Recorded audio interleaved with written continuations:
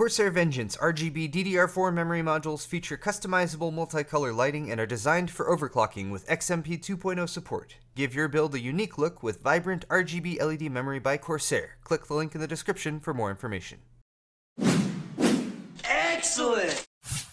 What's up guys, welcome back to Paul's Hardware. Today I'm continuing my monthly build series. This is my third installation of the April build of the month, which is a $1,000 Ryzen 5 based system with an R5 1600 and a GTX 1070 in there. I built this just a couple weeks ago, so check out that video if you want to see a little bit more about the build process itself, as well as some of my notes on the assembling and using the case and that kind of thing. So today's video is going to be the testing and benchmarking of this $1,000 system, and actually when I built it a couple weeks ago, I actually made it a little bit more expensive than $1,000. I did the $1,050 version, which included the 1600X CPU, which required an aftermarket cooler in the Cooler Master Air 4 Pro that I put in there. Now what I did was I decided I wanted this to be a sub $1,000 build, and thankfully if you check out the links to the PC part picker list that I have in the description, you'll notice that some prices have fluctuated. In fact, the GTX 1070 price you can get for $335 to $340. So this system right now, at least not with this exact GPU, but the EVGA version of it,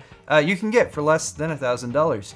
You also get the Wraith cooler, the Wraith Spire cooler that's in there, which means you don't need to pay extra for an aftermarket cooler. And even though this cooler isn't like top of the line or anything like that, it's getting the job done. It's not terribly loud, and I was able to overclock with it too. Apart from that CPU and cooler though, this build features the Asus Prime B350 Plus motherboard, full-size ATX motherboard with the B350 chipset. The graphics card is a GTX 1070, and I basically advised you to choose whatever most inexpensive GTX 1070 you can find. This one happens to be MSI's Gaming X version of the GTX 1070. For memory, I have two sticks of Corsair DDR4 3000 speed memory, 8 gigs each, giving me 16 gigs total. I am running it at 2933 with very slightly loosened up timings. The case, of course, is the NZXT S340 in the black and red trim. The power supply is the Cooler Master V650. And finally, for an SSD, I've actually swapped in a Seagate 600 series SSD. That's a 480 gig model right there.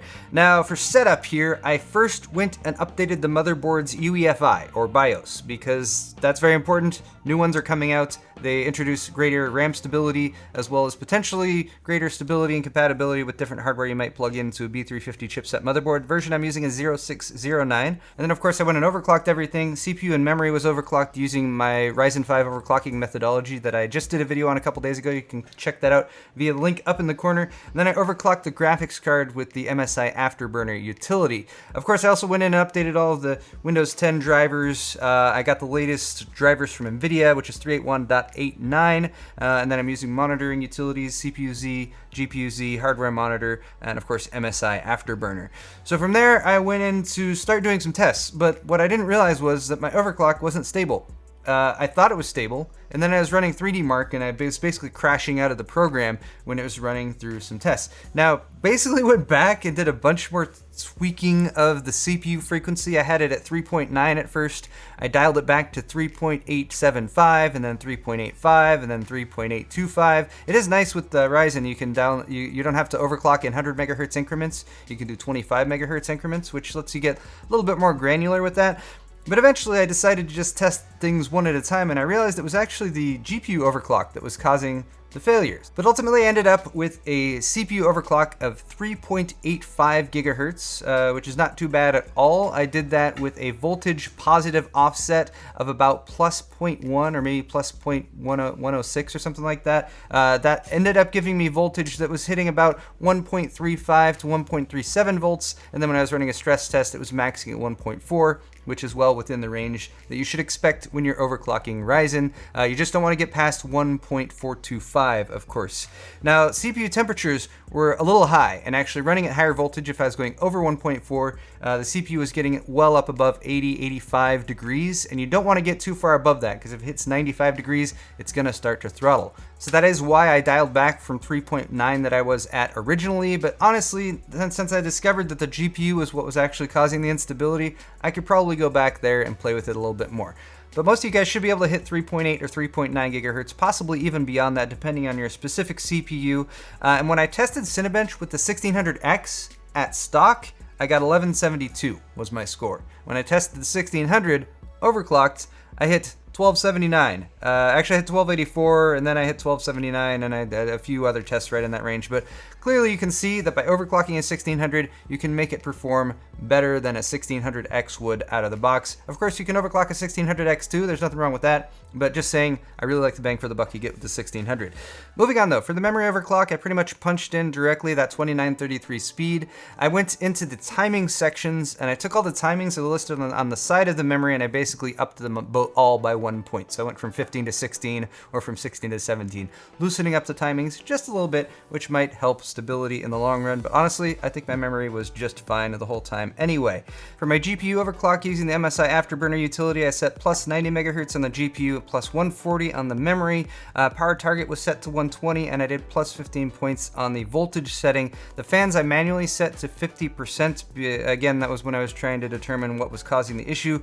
That resulted in a peak GPU frequency of about 2100 megahertz, which is a little high. It would taper off pretty quickly after that. It would end up running at 2080 max, and then it would dip down to around 2000 when it was actually under long-term stress test load.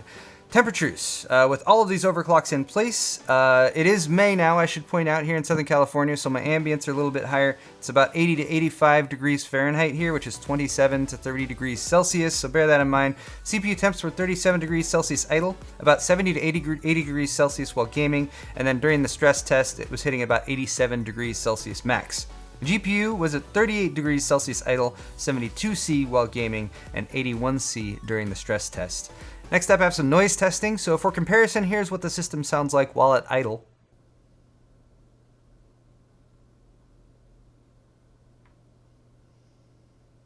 Next up is a gaming test. Here's what the system sounds like while just running Unigine Valley.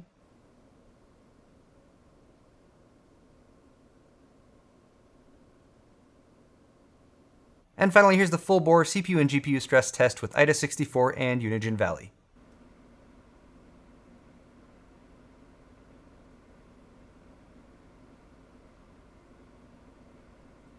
So obviously this isn't the quietest system ever. That is one of the trade-offs that you get by going with the stock heatsink fan versus something aftermarket, but it does get the job done. It's still allowing for some overclocking, and it's not the most terribly difficult thing to swap out in the future if you decide that you want to quiet things down just a little bit. Let's move into some benchmarks though, gaming benchmarks that is. I ran all of these at 2560 by 1440. I find that's a good resolution for a system like this. And I'm going to do some comparisons here because last month I built a $1,400 Ryzen 7 system, and I kind of wanted to see how these lined up. So here's the comparison of my $1,000 build from this month compared to my $1,400 build from last month.